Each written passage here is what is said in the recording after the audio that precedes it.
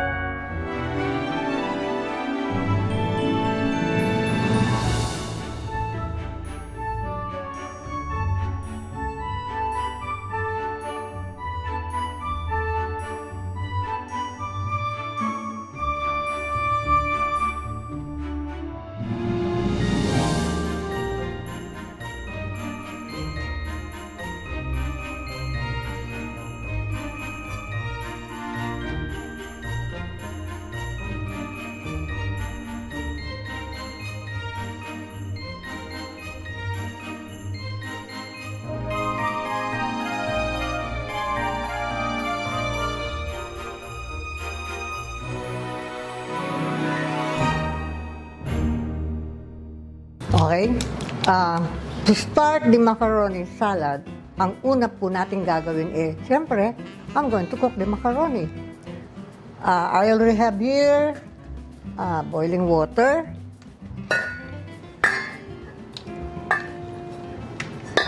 Tapos, I have to add a lot of salt. Mga 2 tablespoons. Coarse salt po ito. 1. Maraming asin po dapat dito, ha. 2. Hindi pa nga puno yun. Now, I will season the water further by adding this pouch. Ano po ang laman nito?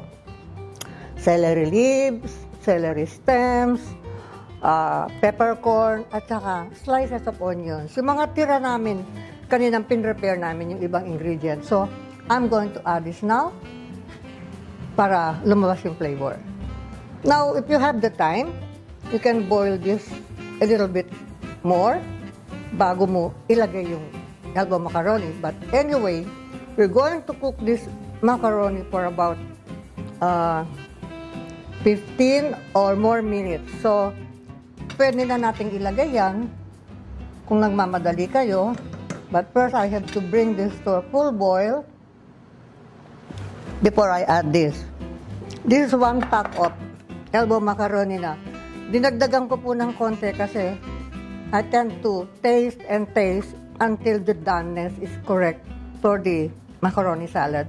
So, dagdag ako ng konti, mga 50 grams. Baka mabawasan ng gusto pag kinakain ko So, the water is now boiling. I'm going to pour the macaroni and do a quick stir. Naamoy ko na yung celery, ang bilis lumabas ng amoy. So, yung ating tubig dito, para siyang nilaga. Di ba? Pag nagluluto tayong nilaga, may paminta, may asin, may celery, may sibuyas. Now, I will let this simmer. Pababayan ko muna siyang kumulo. Pagkatapos, isi-simmer natin. Okay? Okay. Now, while we're waiting for the macaroni to cook, matagal po yan, I'm going to do to cook the shrimps. Now, the shrimps were, the vein. Inalis po namin yung vein niya sa likod na hindi magandang tingnan. So, I'm going to boil water. Actually, nagbo-boil na po. Teka, mainit. Mainit yung takip. And then, again, I'll put salt. This is about 1 teaspoon. And a little sugar. Parang manamis-namis ng konti yung hipon. Okay. And then, I'll add the shrimps. No, not the shrimps. Yung aking pouch na naman. But this time, I have to wait a little bit longer kasi madali lang pong lutuin yung hipon.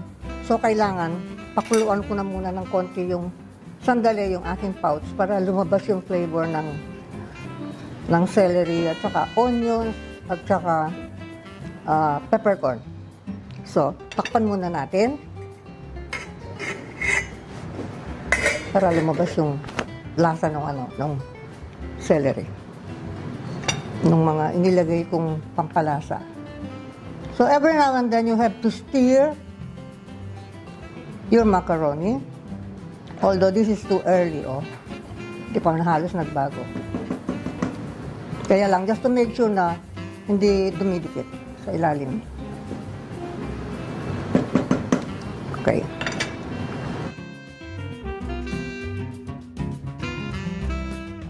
What I have here is the juice from the fruit cocktail and the pineapple tidbits. Ngayon, isosok ko po yung ating raisins dahil alam niyo naman, dry dito, para maging sila, plump at saka soft. Hanggat sa makita kong parang namagana siya. So, I'll just let them sit there. Bayan ko siya mamaya. Titingnan ko mamaya. And then I will drain. So, yun ang may purpose po yung may gamit. Yung ating mga juice, wag niyong itapon.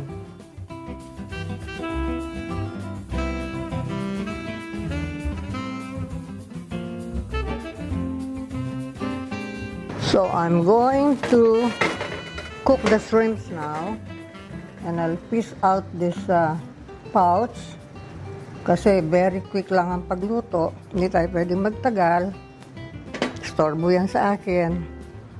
Na-debane na itong mga hipon na ito. And I added salt and sugar. Pakita natin. Ayan. That's a little salt. And that's a little sugar. Konti-konti lang naman ang inad ko. Kaya pwede kong dagdagan pa. Kung nalagyan ko naman kanina yan. Oops! Tumalon yung hipon. Patay na to. Bakit tumalon?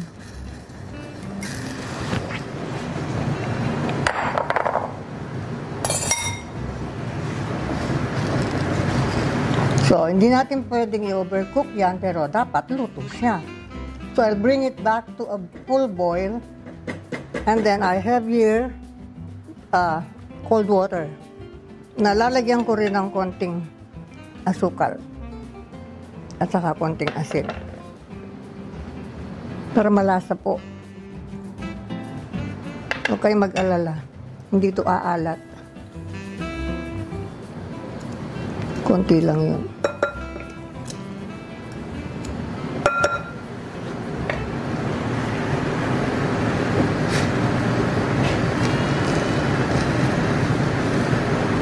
Dapat kumulo ka.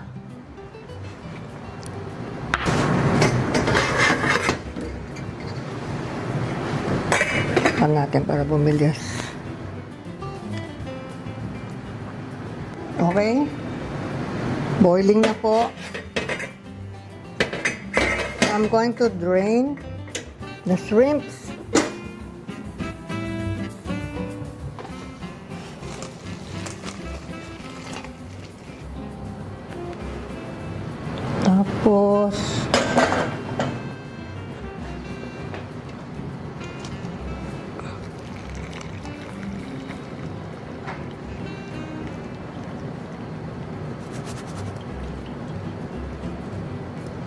and soak them in cold water na season ng konting asin at saka asukal.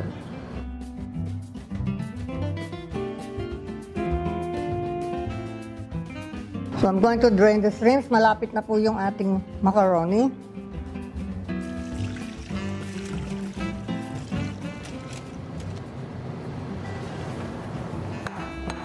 Oh, ang ganda ng kulay. Kaya ako nilagyan ng asukal kanina. Yung tubig. Drain muna natin mabuti. Tumutulo pa. So, ayaw na natin ito.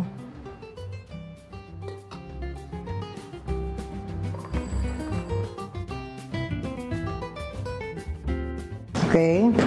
Luto na po yung mga macaroni natin at siyempre, aalisin ko yung flavorings natin. Now, we have to drain this and wash nyo po sa running water. Sandali lang. Huwag masyadong matagal. Turn it off.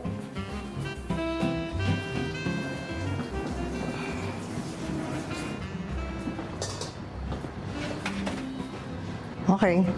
I will peel the shrimps. Yung pong balat nito, you can still use. Didikdikin namin ito pagkatapos gagamitin sa mga ginisang munggo, ganyan, gulay. Remove all the shell. Hindi masarap. Habang kumakain ka ng salad, naghihimay ka pa.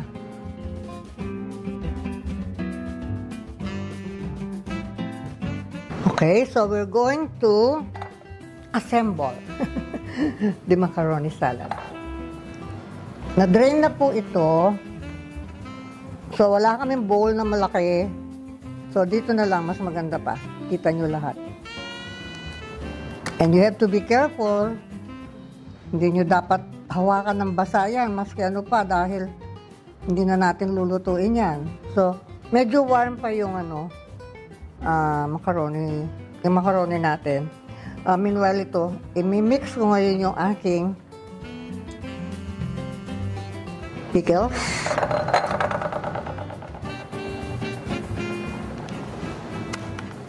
Tapos, yung aking celery. Sinachop ko po ito ha. Kasi nung maliliit yung mga anak ko, naalis po nila lahat yan. Pag may nakita silang sibuyas, kamatis, natuto akong mag-chop. And then later on, lumalabas pala talaga ang flavor pagka maliit ang hiwa. So, ginamit ko sa salad. Yung method na yun. Chop. Tapos, let me see. I will add a little onions. Medyo lumalabas yung, nabubuhay yung lasa ng macaroni dito. Pero, yung iba, kung ayaw nila, you can just remove this or even reduce it. Mamaya ko ilalagay yung iba, no? Pero pwede na to. Okay na yan. This is only 1/4 cup.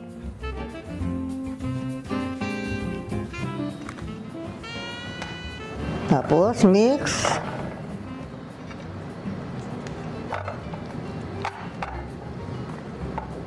And then, I will mix my seasonings.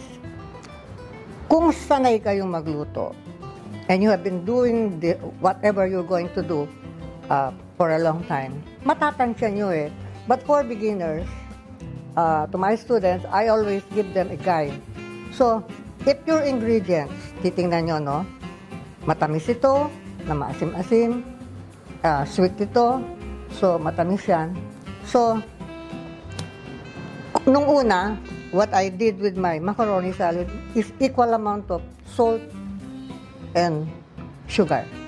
But now, napansin ko po na mas pumapatok sa mga kumakain yung medyo manamis-namis. So, I'm going to mix now 1 tablespoon of fine salt and 1 1/2 tablespoon of sugar.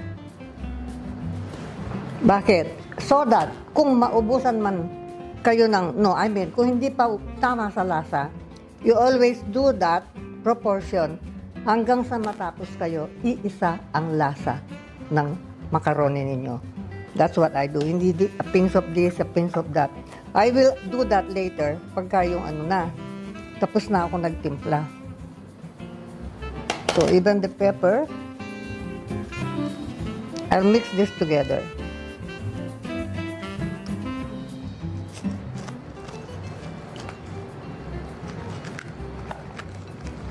Tapos, pag nagkulang, gagawa ako ng ganong klaseng mixture. And then later on, kasi sometimes you never can tell, yung ibang, minsan may pinyang hindi ganun katamis, ganun. O kaya ibang, yung fruit cocktail na nakuha, hindi ganun ang lasa, kamukha ng unan yung ginamit. So, mag-a-adjust kayo. But when you come to that point, halos ayos na po ang timpla ng ginagawa nyo. Pag ginawa nyo itong method na ginagawa ko sa mga salad ko, medyo maliit yung aking pinaghahaluan. So, this is sugar, salt, pepper. You can add more pepper if you want. So, I'm going to sprinkle a little mixture of salt, pepper, and sugar to my macaroni and to my shrimps. Then, I'm going to add a little of this.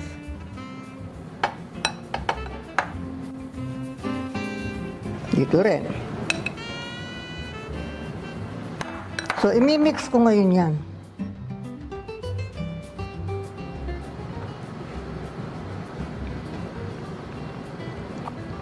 This way, even if you're making a big batch, hindi na kayo manghuhula. Basta timbangin nyo lahat, sukatin ninyo yung mga gagamitin nyo. Mas gumawa pa kayo ng marami. Iisa ang timpla. Now, if you don't like yung mixture ko ng ano, gusto nyo mas maalat ng konti, then you have to adjust it sa umpisa pa lang. Okay? Mix my shrimps.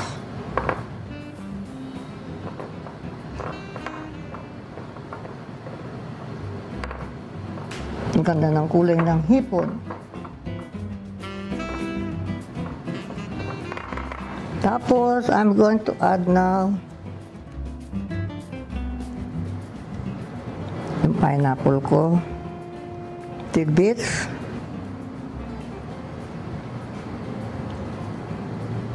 Hindi masyadong na-drain. And then, the fruit cocktail. Kung medyo malambot yung mga fruit cocktail ninyo, i-add nyo sa huli. Baka madurog.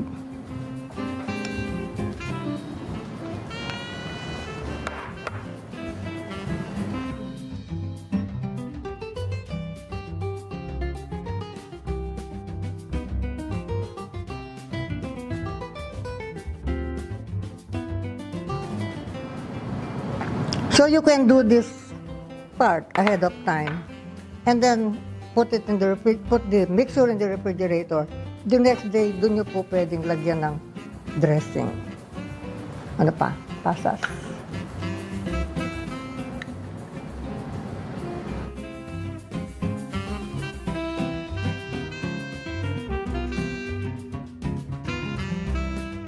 And then, I'll add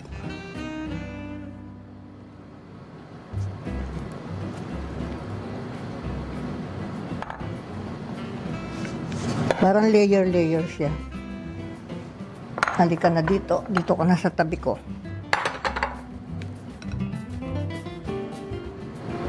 Okay, enough na.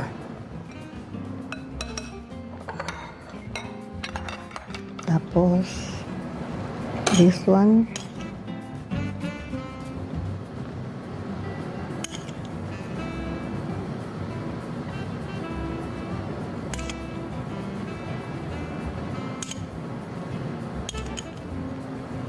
Yung ating gagamitin dressing po, I don't have to season it kasi seasoned po yung yung gagamitin kong dressing, timplado. Tamang-tama para dito. Wala na kanin, dapat idagdag dun.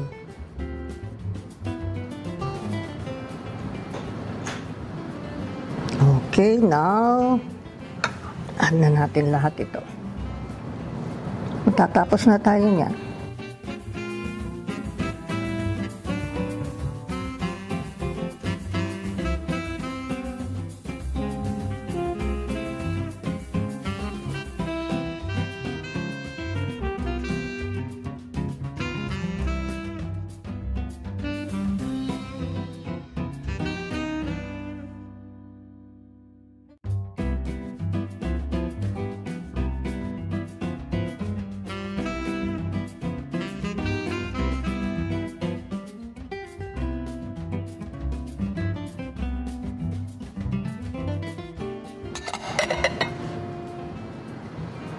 Dito sinadya, sakto pala dito.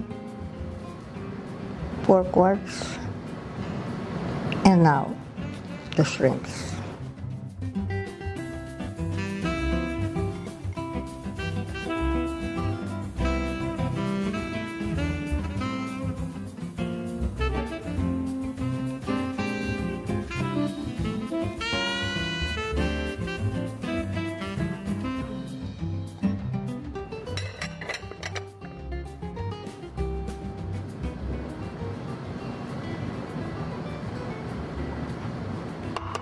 And the rest of the mixture of salt, pepper, and sugar.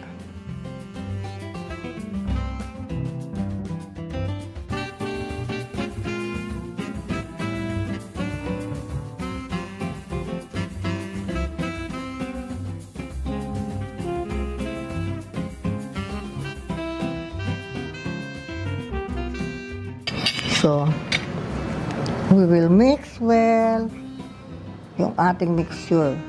Ang ganda pala nitong naisip kong ito.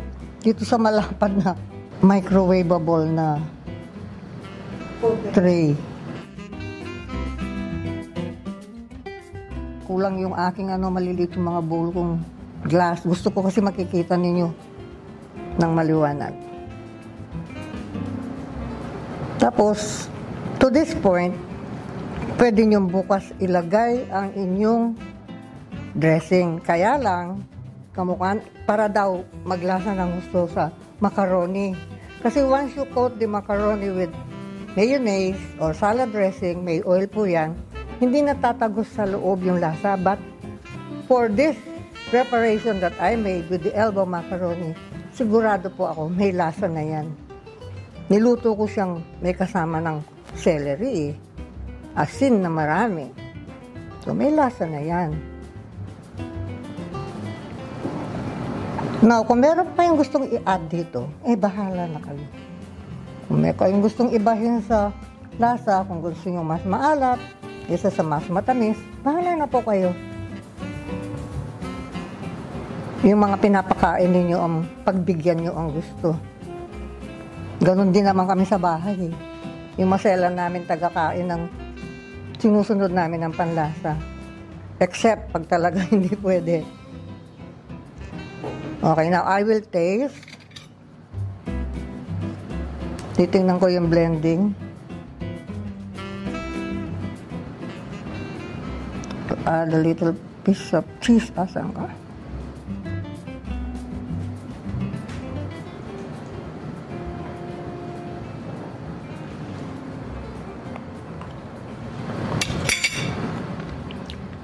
Sakto. Sakto. Now, I'm going to add the dressing. At yung dressing natin, timplado po yan.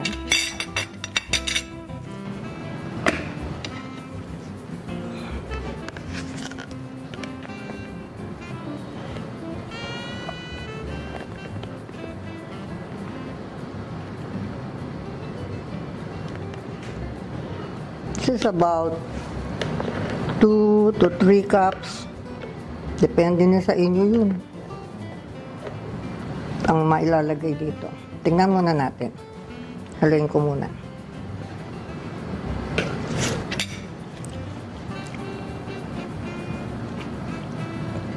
Alam nyo yung ginawa ko kanina. When I mix together the onions with the pickles, pinatay ko po yung lasang matapang ng sibuyas nun. Kasi yung iba, they add add a little vinegar to the onions. Eh sabi ko, yung pickles, maasim-asim naman yun eh. So, tinry ko. It worked.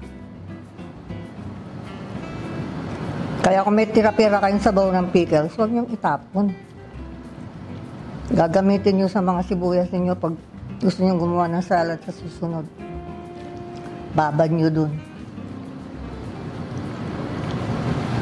Ay, sarap.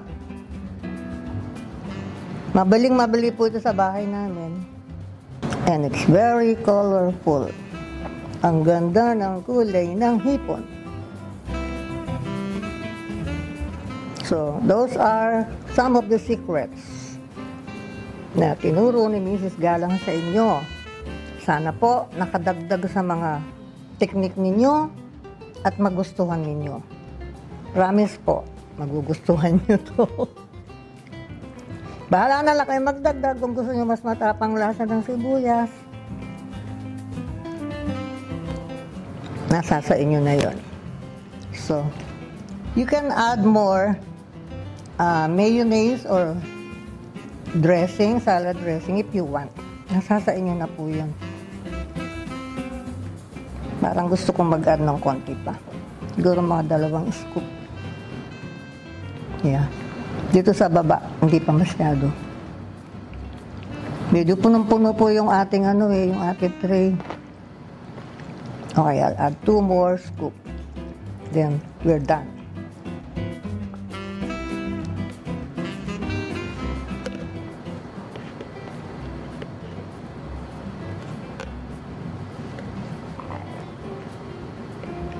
Okay. Yan. Hindi po agad napapanis ito. We tested this. Basta ganito ang gawin niyo, yung handling hanggang sa naubos po. Wala kaming nakitang pagbabago sa lasa. Okay, we're done. Tapos na po yung ating macaroni salad. Macaroni shrimp salad. Or shrimp macaroni salad. Siya lang magbibinyag ng pangalan yun eh. Hindi naman ako. Tagagawa lang po ako. Sarap. Okay?